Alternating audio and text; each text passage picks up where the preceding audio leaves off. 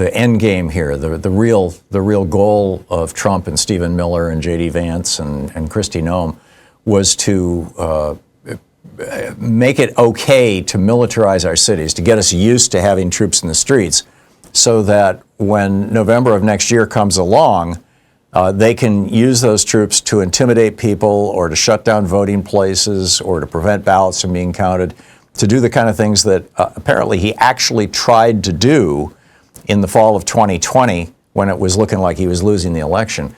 Do you think there will be an election in 2026? Is, how do we stop the Trump presidency? I mean, that's the focus. How do we prevent the worst that he is doing and put ourselves in the best possible position to win the elections in 26 and 28?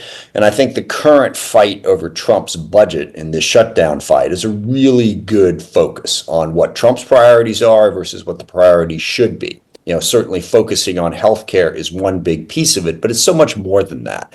It's this presidency that has violated the law, the Constitution repeatedly, and Congress standing up for its basic principle that there ought to be a legislative branch. I mean, he's violated the law on tariffs, firing hundreds of thousands of federal employees, on freezing various different programs. I think this fight is really important, to draw, a very, very stark contrast and remind people of just how abnormal the Trump presidency is, and really to begin to win that fight. To begin to show people that we have a reasonable alternative to what Trump is doing, and that what he is doing is incredibly dangerous and bad for this country.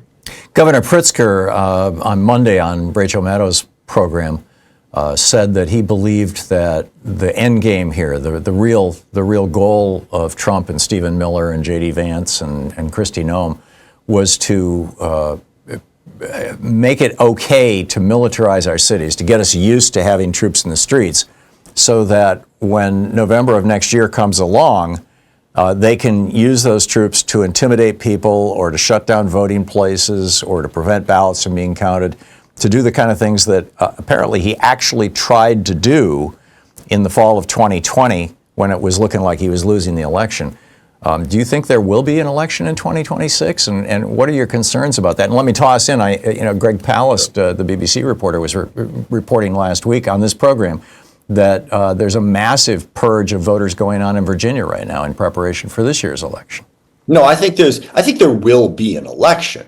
The risk is, will it be a fair election? And yes, I think there's absolutely the risk of what Governor Pritzker described. Look, back in 2020, when I was chair of the House Armed Services Committee, I was in constant contact with the Department of Defense, then Secretary Esper, and Chairman of the Joint Chiefs of Staff, Mark Milley, because in the lead up to 2020, I wanted to make sure that Trump didn't attempt to use the Department of Defense to steal the election. Bottom line. That was a concern. Fortunately, the people at the Pentagon were with me on that. They wanted to uphold the Constitution and make sure that that didn't happen.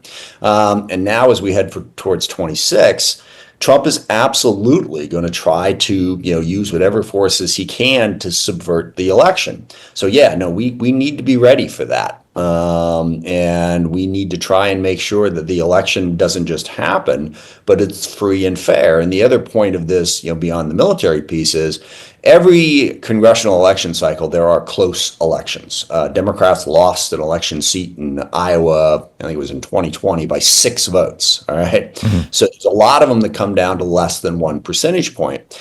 Well, in the states where Republicans have control, they're absolutely going to try to not certify those elections. So there's going to need to be a legal strategy, a public messaging strategy to fight back against all the things that you're describing. I mean, Trump and the Republicans will absolutely attempt to cheat in the 2026 election. And we got to shine a light on that and fight back.